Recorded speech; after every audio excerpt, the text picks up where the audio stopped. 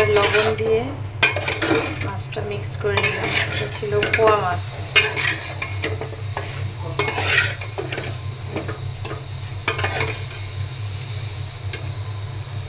বিসমিল্লাহ।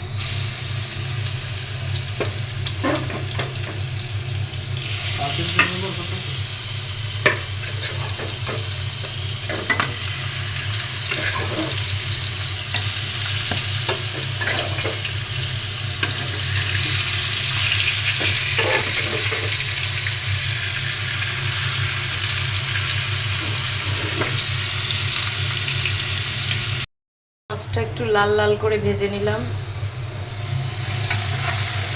করলা রান্নার জন্য পেঁয়াজ, হলুদের গুঁড়া, মরিচের গুঁড়া, আদা রসুন পেস্ট সব ভেজে নিয়েছি।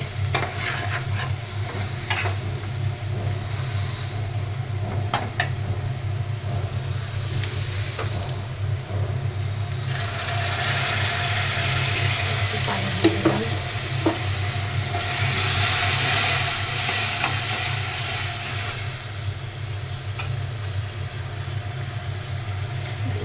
করলা আর অল্প করে আলু, একটু মাখা মাখা ঝোল হবে এটা, তাই একটু পানি দিয়েছি।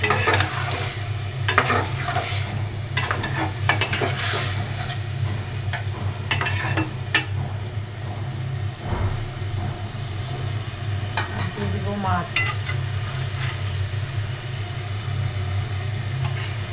এটা ছিল কি মাছ ভুলে গেলাম নাকি? ভুলে গেলাম তো এটা কি মাছ। একটু আগেও তো নামটা জানতাম। ও সরি, পোয়া মাছ। পোয়া মাছ এবার দিয়ে দিলাম মাছের উপরে আর একটু পানি। ব্যাস, দিয়ে দিব কাঁচামরিচ।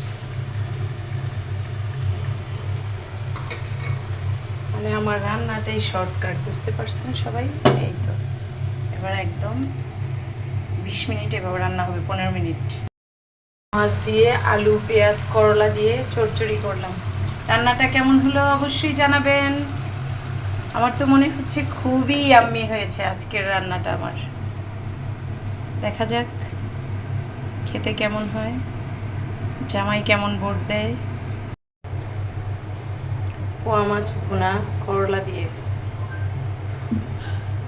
কমপ্লিট।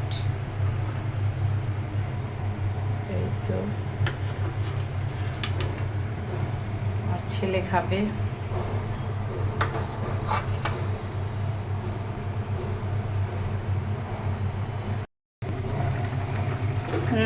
রান্না কমপ্লিট। ট্যাংরা মাছ দিয়ে বেগুন, টমেটো, কাঁচা আম দিয়ে টক রান্না, সাথে একটু কাঁচামরিচ দিয়ে দিলাম।